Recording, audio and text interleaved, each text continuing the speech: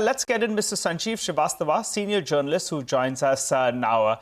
Good morning, Mr. Srivastava, and thanks a lot for joining in. Well, I wanted to talk about, Chennai. I've been there, I was there for a couple of days, and the feedback that I was getting was very, very mixed. Now, if you're going to see this tally of 400, 350, 400 that's being widely touted, they'll have to make inroads out there. Realistically, how do you see their chances out there? So, what did you think of Chennai and your interactions with people there? Do you think they're winning a... No, it was, I mean, the feedback that I got was very, very wide, and I wouldn't want to put a number to it. But the sense that you got is they're going to make inroads out there. And in terms of percentage, it's going to be in mid-teens approximately as a vote share. In terms of how much of that translates into votes is going to be very interesting, because out of 39, the range could be anything. So what about you? Yeah.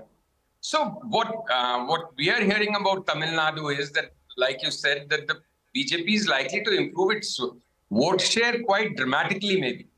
Like you said, mid-teens. But will it translate into any number of seats? It's very difficult to say. I don't think they'll get many seats, if at all, in Tamil Nadu. Even see from where Annamalai is contesting, the voting percentage till about 15-20 minutes back was about 4.5%. So that's not a very enthusiastic vote percentage for somebody if he's projecting himself and the BJP wants to project itself as a change agent, then there should be a higher vote percentage. So I think their vote percentage will go up in Tamil Nadu. Unlikely to translate into many seats. That's my perception of Tamil Nadu. And overall, I think this 350, 370 looks way off what is reality on the ground. I've traveled a couple of states, a few seats only. But I think we definitely are having an election on. It's a game on. It's not like completely one-sided because very interestingly, it is people still want Narendra Modi as their Prime Minister, but people are dissatisfied with their MP and they want to change the MP. And if many constituencies do that, then Narendra Modi may still become the Prime Minister, but not with the kind of margin BJP is talking about. All right, Mr. Srivastava, since you mentioned Mr. Annamalai, how do you see that? That's going to be the big focal point in Tamil Nadu. If he can win, and if he can win by a decent margin, that stamps his presence as, the state head. So what are his chances? How do you expect him to fare? See, the only thing I'll say is Coimbatore is the only seat which the BJP has won in the past in Tamil Nadu. And Annamalai is being talked about as this great new hope, a young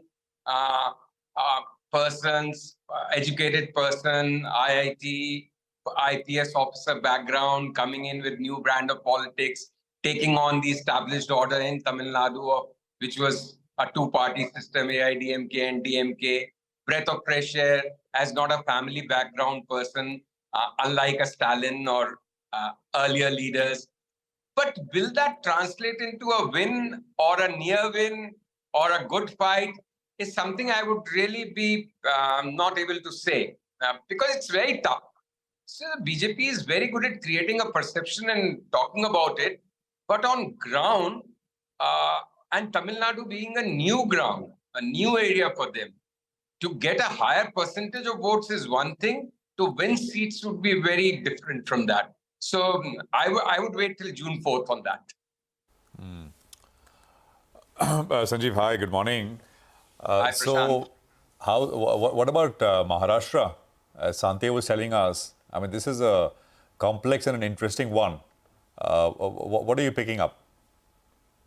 So, Maharashtra, from most people I am speaking to, is again a very tough state. So the BJP has got both the NCP and Sena with it. But the question is, are the voters seeing the BJP with the real Sena or real NCP?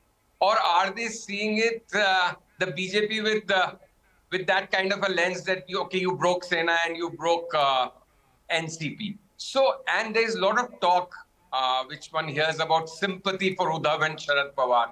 Now, again, whether sympathy turns into votes, whether they still have the organizational muscle to get their supporters, sympathizer to an polling booth, whether Ajit Pawar's well-known muscle and might as an organizational person translate into votes for his party. These things are all very difficult to guess, but clearly it's not an easy thing for BJP and its allies. It's not an easy state. It will be a tough contest.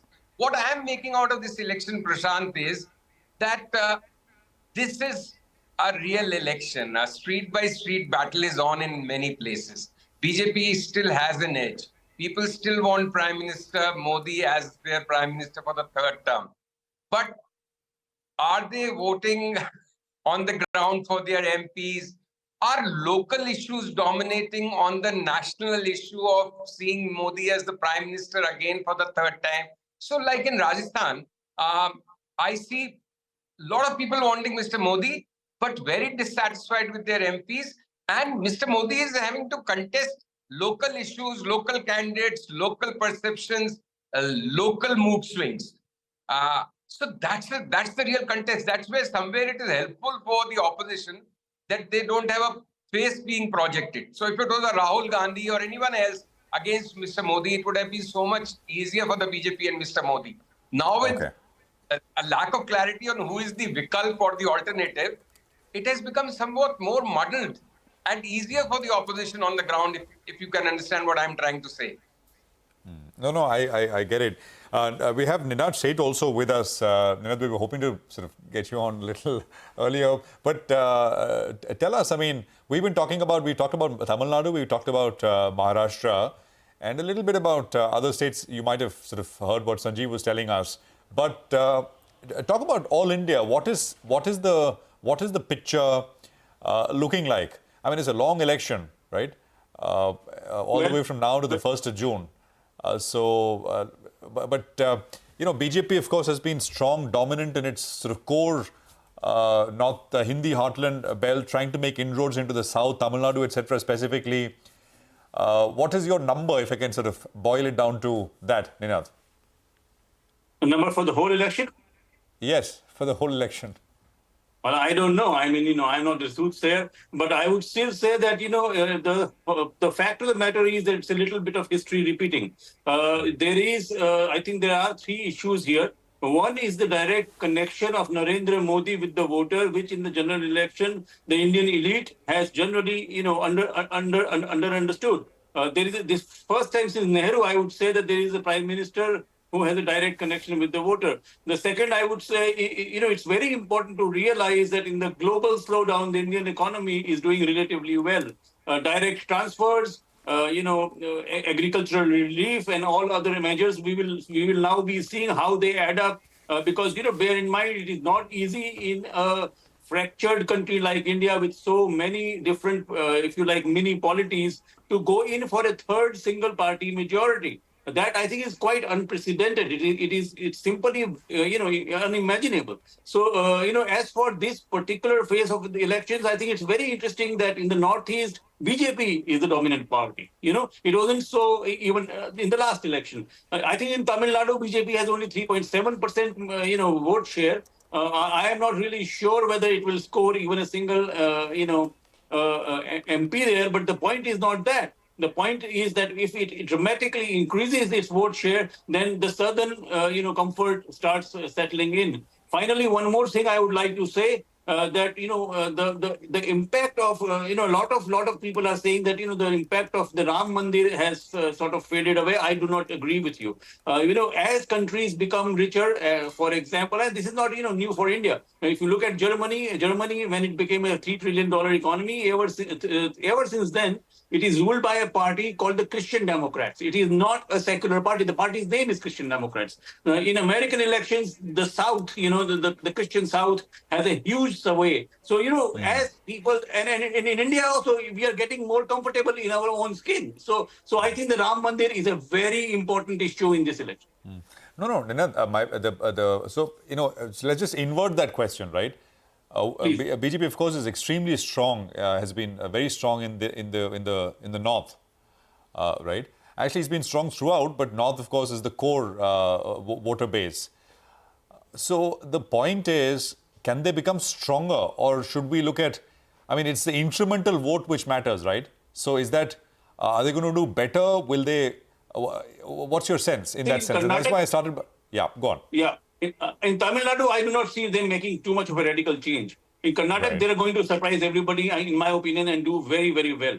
Karnataka is the real key point. It's the entry to the Deccan for BJP, and it will be very interesting to see, in my opinion, how the Karnataka effect then translates going to Andhra Pradesh, going to Telangana. They are doing three things there. They are having a local leadership to rise. They are doing alliances, for example, with TDP. It's a work in progress. In my opinion, in this election, from the last time, their tally, I think, was 24 odd seats in the south. I think it will definitely improve.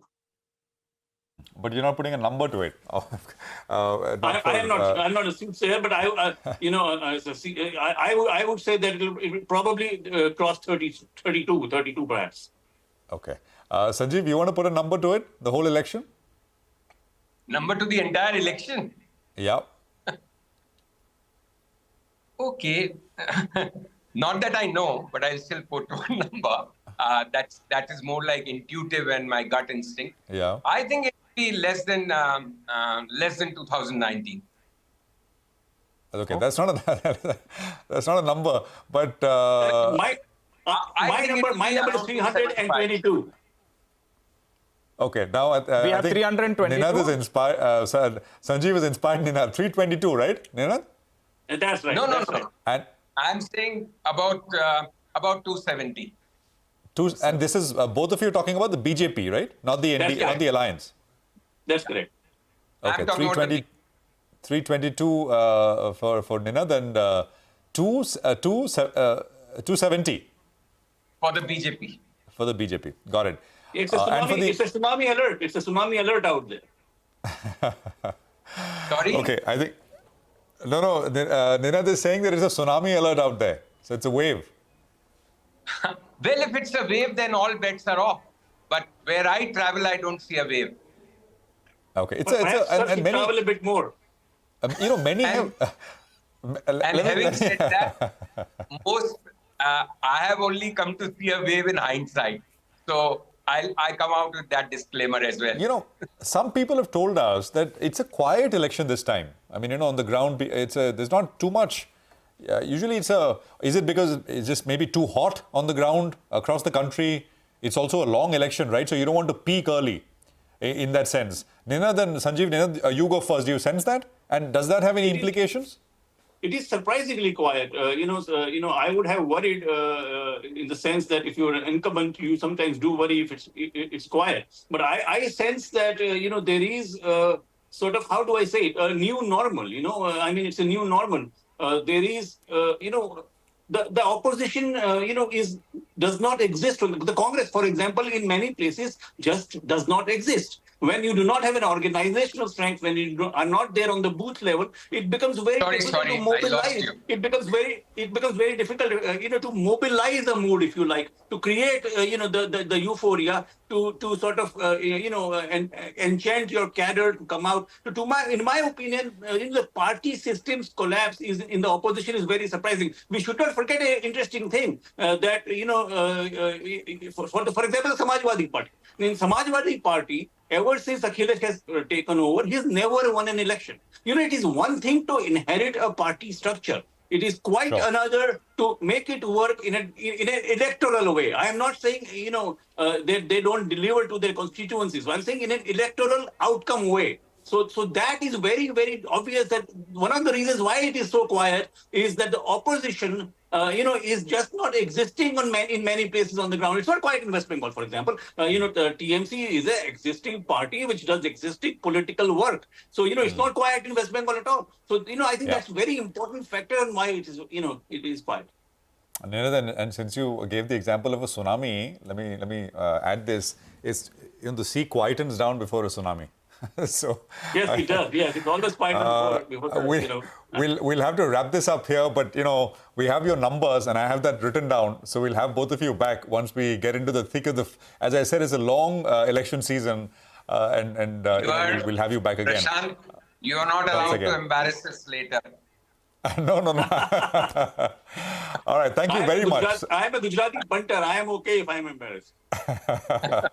Great speaking with both of you and getting that sort of sense and feel about how you're looking at this election. Ninad and Sanjeev, great having both of you and speak with you soon again. So that's a little bit about the election and some of the numbers, of course, which always make the headline.